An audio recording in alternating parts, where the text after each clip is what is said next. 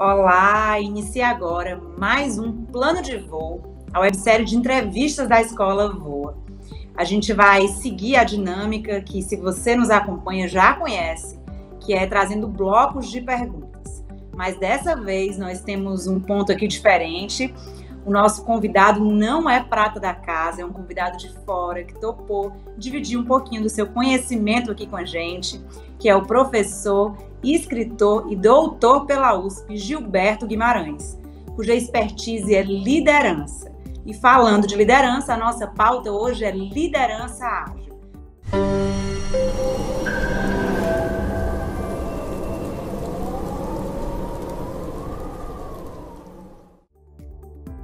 Olá, professor Gilberto, desde já muito obrigada pela participação aqui no Plano de Voo.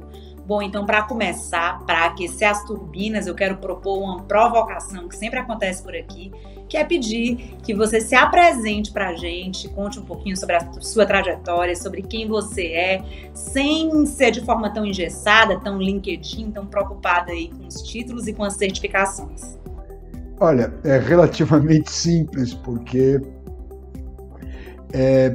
eu sou engenheiro de origem, de formação, mas nunca me senti engenheiro. Então, quando eu saí da escola de engenharia, eu rapidamente procurei uma alternativa e fui fazer o MBA em administração, na GV.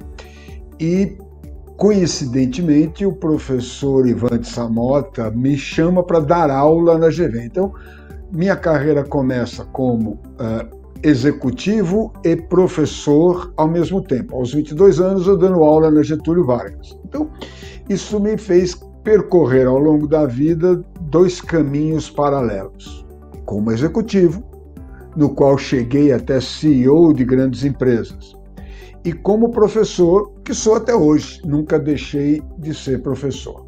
Por conta de executivo, eu aprendi muita coisa sobre liderança. Como professor, eu acabei fazendo mestrado e doutorado para apoiar essa carreira acadêmica.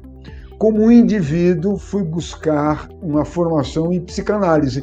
Eu sou o engenheiro que virou psicanalista. Eu acho que isso explica bem quem sou eu, alguém que tem uma visão muito racional e matemática das coisas, mas que tem uma vocação humana muito grande e que ela é respondida por esses longos estudos e longos trabalhos como psicanalista. Bacana, professor. Então não tem essa de sou de exatas ou sou de humanas, né? O senhor é das duas áreas aí, bebe das duas fontes. Muito bacana. Professor, a gente vive, na verdade, num mundo muito disruptivo, no qual as mudanças acontecem com uma velocidade impressionante e essas mudanças aceleram também a transformação digital. Então eu queria saber de que forma que essas mudanças mudam também, né, trazem impactos também para o comportamento do consumidor e de que forma as lideranças também precisam estar atentas a essa mudança para promoverem suas próprias mudanças e atenderem a esse mercado. De fato, o mundo mudou e mudou de uma maneira extremamente rápida, né? Ou seja, na mesma geração, nós somos obrigados a viver segundo regras e crenças completamente diferentes do que aquelas que nos ensinaram nos primeiros anos das nossas vidas. Eu tenho um cliente meu que tem 86 anos e ele costuma dizer que na infância dele, na casa dele não tinha nem rádio. E esta pessoa hoje tem redes sociais, TV a cabo e tudo mais. Ou seja, ele é absolutamente anacrônico no mundo atual. Tudo isso gerou mudanças significativas. O mundo hoje é o que a gente chama de pós-capitalista, porque a grande variável de produção é o conhecimento e não é mais o capital, a mão de obra e a terra. No fundo, tudo isso gera um novo mundo. E nesse novo mundo, as empresas de serviço são quem estão predominando do ponto de vista de geração de riqueza e geração de trabalho e renda. Neste mundo novo, o que a gente costuma dizer é que o que melhor define é uma economia da experiência. Todos os produtos né? São muito iguais, houve uma comoditização de tudo. Os automóveis são muito parecidos, os remédios são genéricos, os restaurantes são todos iguais. O que diferencia uma empresa de outra é o atendimento ao cliente. Então, hoje, a grande variável de diferenciação é o Customer Experience, é a maneira como um cliente se sente atendido. Isto mudou radicalmente as empresas porque, efetivamente, o atendimento é o ser humano, ou seja, nada substitui a relação entre duas pessoas. Então, por mais regras que eu estabeleça, por mais sistemas que eu estabeleça, o atendimento, essa percepção de acolhimento do cliente é provida por um ser humano, um atendendo ao outro. E isto é a grande diferença no atendimento do cliente. Quanto aos aspectos da liderança, o novo líder tem que se adaptar a uma liderança muito diferente dos modelos da era industrial, que eram modelos basicamente de comando e controla. Hoje, o novo líder não é mais comando e controla. Mas eu prefiro falar isso no próximo bloco, na próxima pergunta. Maravilha, professor, é isso mesmo, para não dar muito spoiler e para quem está aí nos acompanhando, seguir acompanhando. Professor, e o que a gente pode entender como métodos ágeis e de que forma esses métodos podem ajudar as lideranças? Vamos lá, toda metodologia ágil é baseada no conceito do tempo curto, dos períodos de tempo curto. Na verdade, a variável tempo, que é uma criação humana, ela é uma maneira do ser humano controlar o seu tempo de vida, né? A sua angústia, o seu medo da morte. Então ele define o tempo para perceber esta evolução. Só que o ser humano tem uma dificuldade muito grande de simbolizar prazos muito longos. Então, uma criança, ela pensa absolutamente no aqui e agora, é o já. Conforme ele vai ganhando uma certa maturidade, ele já pensa no dia, ele já pensa na semana, ele já pensa no mês, ele já tem alguma dificuldade em pensar no ano e uma impossibilidade quase absoluta de imaginar os próximos anos. Isso significa que as metodologias ágeis trouxeram toda a gestão das coisas a serem feitas, projetos, em períodos curtos. Então, a base do modelo ágil é a segmentação das tarefas em pequenos blocos de curta duração, que a gente chama de sprints. A nova liderança, então, tem que atuar coordenando a ação das pessoas em sprints curtos, com uma característica adicional, né? Ou seja, o trabalho é remoto e autogerenciado pela própria pessoa. Isso significa que aquele comando e controla tradicional desaparece. As pessoas estão trabalhando em sua casa, em home office ou em outros escritórios, e de tal forma que o único controle que eu tenho é da entrega dos resultados. Por isso, então, na metodologias ágeis, eu vou criando entregas parceladas, pequenas entregas que me permitem controlar a evolução e o andamento de um projeto. É esta nova forma de liderança e é isso que a gente chama de liderança ágil. Professor, eu vou fazer até uma pergunta aqui que está fora do roteiro, de vez em quando eu tomo essa liberdade aqui para que o papo fique muito fluido, que é justamente sobre essa questão da gerência do tempo e dessas, digamos assim, falsas urgências, não é? Porque a gente vive num mundo hoje em que tudo é prioridade, tudo é urgente. Então, minha pergunta é mais, talvez, para o lado psicanalista, né? Como é que a gente gerencia essas demandas de curto prazo, mas sem também entrar numa pilha e prejudicar a saúde mental da equipe?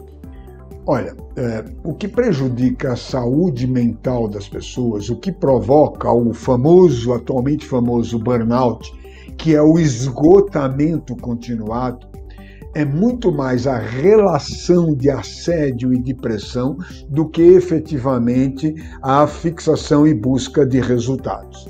Claro que quando o resultado estabelecido é inatingível, o que você gera não é esgotamento, é descrença. E quando você cobra por resultados inatingíveis, você também não gera esgotamento, você gera perda de confiança. Portanto, o problema maior para gerenciar o tempo é definir prioridades. E eu gosto muito daquela metodologia que estabelece prioridades segundo as duas variáveis sobre grau de importância e grau de urgência. Se uma tarefa é importante e urgente, faça imediatamente. Se ela é importante e não urgente, faça logo em seguida, antes que ela se transforme em urgente. Se uma tarefa é não importante e urgente, se ela é não importante, delegue para alguém e encontre alguém para quem ela seja importante. E se ela não é nem importante nem urgente, gente, não faça nunca. Elimine-a da sua agenda de maneira absoluta. Então, a arte de gerenciar o tempo, basicamente é a arte de definir o que eu faço no tempo, porque eu não gerencio o tempo, eu gerencio o que eu faço. Então, o que eu tenho que fazer é aquilo que é importante e aquilo que é urgente. Aí você me pergunta, e como é que eu defino o que é importante? Importante é aquilo que me leva a atingir os meus objetivos. O que é urgente é óbvio, é o que tem que ser feito aqui e agora.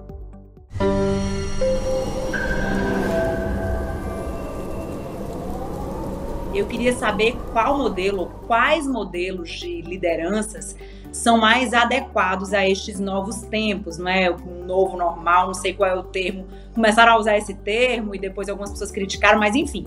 Depois, principalmente nos impactos da Covid, como é que deve ser essa nova liderança? Olha, é importante a gente entender que o trabalhador de hoje é diferente do trabalhador da era industrial. O trabalhador de hoje é o chamado trabalhador do conhecimento, baseado nesse conceito criado pelo Peter Drucker, que é a era do conhecimento, a sociedade do conhecimento. O trabalhador do conhecimento é diferente do trabalhador da era industrial. O trabalhador da era industrial não tinha posse das ferramentas de trabalho. O trabalhador do conhecimento é dono do seu conhecimento, que é a sua ferramenta de trabalho. Portanto, um trabalhador do conhecimento, por exemplo, um programador de computador, um publicitário, quando ele sai de uma empresa, ele leva com ele a sua ferramenta de trabalho, que é o conhecimento. Isto posto, significa que o meu controle, entre aspas, da atuação dele está muito mais sobre o aspecto motivacional do que efetivamente no aspecto de comando e controle. O novo líder, portanto, já não tem mais a possibilidade de mandar, e sim de convencer e influenciar. Eu costumo dizer que o novo líder é mais um maestro do que um coronel ou de um cardeal. E nesta linha de adaptar-se ao liderado, a melhor forma e técnica de liderança é a liderança situacional, em que o líder, de forma resiliente, adequa seu estilo à necessidade do liderado. E essa necessidade é avaliada pelo seu grau de maturidade. A forma com que eu aplico a liderança situacional, eu gosto de chamá-la de a liderança positiva, que, aliás, é o título do meu livro. A liderança positiva é uma forma de liderar, eliminando o medo do ambiente de trabalho, criando uma relação positiva entre líder e liderado, com o objetivo de conseguir desempenhos extraordinários, desempenho acima do normal, do acima do esperado para aquela pessoa. Então, o que eu recomendo é a liderança situacional e a forma positiva. Bom, o senhor falando aí um pouco dessa questão do trabalho na era do conhecimento, me fez lembrar que o próprio cliente também vive essa era, não é? O cliente, quando chega para comprar um produto, para contratar um serviço, ele já vem muito bem informado e muito bem embasado. Isso, sem dúvida, impacta também no trabalho de quem oferece esse serviço ou produto. Bom, mas indo aqui para a pergunta, o senhor até já deu um pouco do spoiler da segunda pergunta, que era justamente pedir que o senhor explicasse um pouco mais sobre esses dois tipos de liderança, que é a liderança situacional e a liderança positiva. Então, se a gente puder aprofundar mais um pouquinho nesse assunto, com algumas dicas, alguns entraves, desafios, enfim. A liderança situacional, ela é bem moderna, bem atual, porque ela se apoia nas características do liderado e não apenas nas características do líder, como eram os modelos anteriores, em que se falava do comportamento do líder mais voltado para as pessoas, mais voltado para os... Não, hoje nós falamos da adequação entre o líder e a situação vivida pelo liderado. Portanto, não é uma característica do liderado, e sim a característica do liderado no exercício de uma determinada função. E isso é medido por um grau de maturidade, que tem duas variáveis, é a maturidade psicológica e a maturidade profissional. A maturidade psicológica é o querer fazer, é o estar confiante em saber fazer. E a maturidade profissional é a competência, é o saber fazer. Com essas duas características, eu determino 4 níveis de maturidade. Maturidade baixa, em que o profissional não sabe e está com medo de fazer. Maturidade média baixa, em que o profissional não sabe, mas está querendo fazer. Maturidade média alta, em que o profissional sabe, mas está com medo de fazer. E maturidade alta, em que o profissional sabe e quer fazer. Então, isso a gente define M1, M2, M3 e M4. Para cada um desses graus de maturidade do profissional numa determinada tarefa, existe um estilo mais adequado de liderança. Então, para profissionais numa determinada tarefa, que são M1, o estilo mais adequado é um estilo mais diretivo, em que eu determino o passo a passo do que tem que ser feito. Para profissionais que estão ainda com maturidade baixa, média baixa, mas querem fazer, mas não sabem, para não tirar esta motivação, o melhor estilo é um estilo persuasivo. Para profissionais que já sabem fazer, mas estão com medo da atuação, por exemplo, quando troca um cargo de diretor, um cargo de chefia dele, e ele fica receoso da atuação com esse novo chefe, ok? Então, a melhor forma é um estilo participativo. E quando você lidera um grupo de profissionais competentes e motivados para fazer, você tem que ser um líder mais delegador, mais um líder maestro de grandes orquestras. É esta, basicamente, a escolha do seu estilo de liderança, adequando ao liderado. Veja, o líder tem que adequar o seu estilo à necessidade do outro. Isto a gente chama de resiliência. Um líder tem que ser resiliente. Professor, e fora a resiliência, que outras habilidades um líder precisa ter? Olha, o líder precisa ter algumas competências essenciais. Veja, liderança é tarefa e, por ser tarefa, todos nós podemos aprender a ser líder. Então, claro que existe um aspecto de talento inato. Eu costumo dizer que o sucesso é fruto de uma equação. Talento, mais trabalho árduo, mais otimismo, sucesso. Para a liderança, a mesma coisa. tem que ter um talento, mas você tem que treinar para ser um melhor líder e tem que ser otimista, ou seja, acreditar que o futuro será melhor do que o presente para ser um bom líder. Um líder tem que ser otimista. Além disso, um líder tem que ter um alto grau de empatia, de perceber a ação, a intenção e a emoção do liderado. Um líder tem que ter a capacidade de tomar decisões, porque liderar é fazer escolhas, né? Liderar é decidir. Um líder tem que ter a capacidade de influenciar pessoas. Ele tem que convencer as pessoas a fazerem o que ele acha que deve ser feito. E o líder tem que ter a capacidade de controlar as suas emoções, porque quem perde o controle, perde a liderança. E, finalmente, um líder tem que ter a capacidade de antecipar um problema que vai ocorrer amanhã.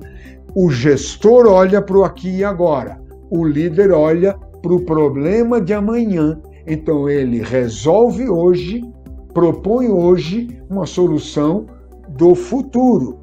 Então, essas são as 5 competências essenciais para um líder e um comportamento importante de liderança.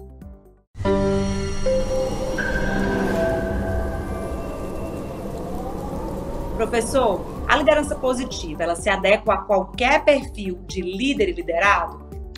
Sim, a liderança positiva é mais uma forma do que uma técnica de liderança. E ela se adequa a qualquer técnica de liderança. Basicamente, a liderança positiva busca conseguir desempenhos chamados positivos, ou seja, desempenhos acima do normal. Abaixo do normal, desempenhos negativos, desempenhos normais, desempenhos positivos. E para isso ela usa algumas estratégias que nós podemos ver depois. Mas basicamente a ideia que está por trás da liderança positiva são os conceitos da psicologia positiva e que o objetivo é criar significados e busca da felicidade, né? Do eudemonismo. E ele se adequa a qualquer estilo e momento das empresas e das pessoas. Na verdade, a liderança positiva é o que há de mais moderno, porque ela, de fato, está muito adequada para estes tempos de hoje, essa sociedade do conhecimento, este mundo pós-moderno que a gente chama, ou seja, este novo capitalismo, esta nova economia da experiência. A liderança positiva é um modelo muito baseado na relação entre as pessoas. Ele é muito adequado e muito importante que a gente aprenda como aplicá-lo. Professor, um passarinho aqui me contou que existem 4 estratégias específicas para a liderança positiva. Quais são elas? De fato, para implantar a modelagem de liderança positiva, a gente desenvolve 4 formas de atuação, 4 estratégias. A primeira é a criação de um clima positivo, ou seja, um ambiente favorável entre as pessoas, um clima de troca de apoio e experiência, um clima de desenvolvimento, em compreensão mútua, compaixão e valorização do outro. O segundo é a criação de relacionamentos positivos, né?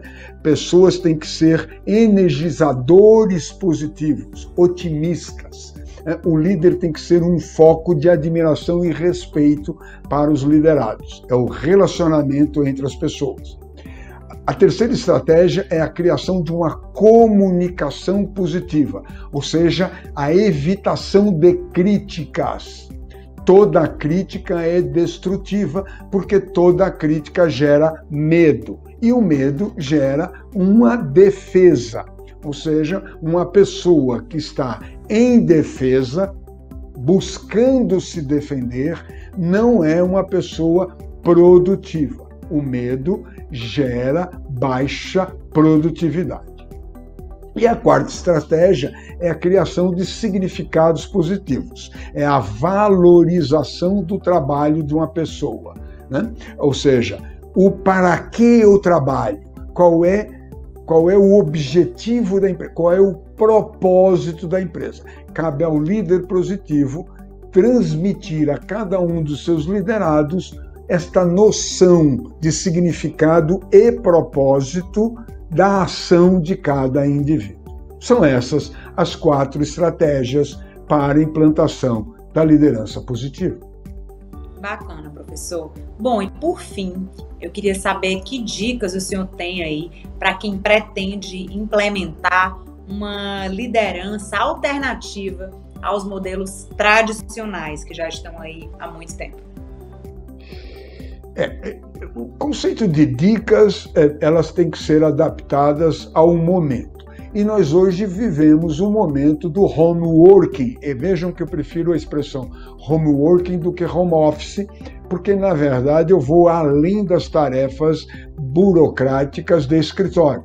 Eu estou falando agora de programação, desenvolvimento de sistemas, desenvolvimento de publicidades, construção de outras coisas. Estou falando de aulas, as aulas hoje são não presenciais, portanto eu gosto de falar home working. E no home working a gente percebe que nós não estamos adaptados a ele. Portanto, a gente tem que criar uma nova forma de liderança, mas também uma forma de ser liderado. Vamos lá. O líder anterior estava acostumado ao comando e controla, por isso o presencial era adaptado. Eu via se uma pessoa estava ou não executando. Num trabalho remoto, o único controle que eu tenho é se ele entregou ou não o resultado. Portanto, a dica é: aprenda a evitar, tentar controlar o horário das pessoas e sim aprenda a controlar a entrega dos resultados esperados. E para as pessoas, aprenda a trabalhar sem um controle do seu trabalho. Nós fomos, desde a mais tenra idade, ensinados a sermos controlados externamente. É por pai e mãe, é por professor na escola, é por chefe no trabalho. Sempre tivemos alguém controlando o que fazemos. Em home working, isto não é mais verdadeiro. Portanto, nós temos que aprender a autodisciplina, o autocontrole dos seus horários. Isso é muito importante. Outro ponto importante que a gente tem que aprender no home working é evitação das interrupções, né? Eu brinco muito, é o famoso deixar de ser Jacques. Jacques está aqui, por que não faz isso? Jacques está aqui, por que não vai levar aquilo? Jacques. Então, vamos cuidado para não cair no erro do Jacques, né? Ou seja, vamos estabelecer momentos em que somos não interrompíveis, ou seja, explique para toda a sua família que o cerca que naquele horário você não pode e não deve ser interrompido, não só pela família, como por chefes, por telefones e tudo mais. Aprenda a se trancar e trabalhar. O outro ponto é a nova cultura de excesso de reuniões. Isso é muito comum. Os chefes, nesse novo ambiente de trabalho, estão substituindo aquele controle pela presença, pela visualização do outro, por um excesso de reuniões. Esse excesso de reuniões é só para dar ao chefe essa sensação de liderança. Mostre ao chefe que você não deve participar de reuniões em que sua presença seja só testemunhal. Só participe das reuniões em que você efetivamente tem algo a dizer, tem algo a fazer. Evite as reuniões em que você é chamado, entre aspas, para ser testemunha, ouvinte. e crie com isso uma nova experiência. E o terceiro ladrão de produtividade no home office são as interrupções, são as dinâmicas das redes sociais. Ou seja, aprenda a controlar a atração que você tem pelas redes sociais, pelas informações disponibilizadas, pelo aquele up-to-date das informações, ou quer seja pelas redes sociais, quer seja pelos jornais e tudo mais que você pode acessar online. Aprenda a controlar e estabelecer momentos em que você acessa as informações numa rede social. Basicamente, são essas as dicas para o momento atual, as dicas para conseguir mais produtividade no trabalho. Perfeito. Esse penúltimo exemplo aí me fez lembrar daquela máxima que diz que você sempre deve se perguntar se aquela reunião não poderia ser um e-mail. Bom, agora o nosso encontro termina por aqui e eu queria te agradecer mais uma vez, professor Gilberto. Foi maravilhosa essa troca.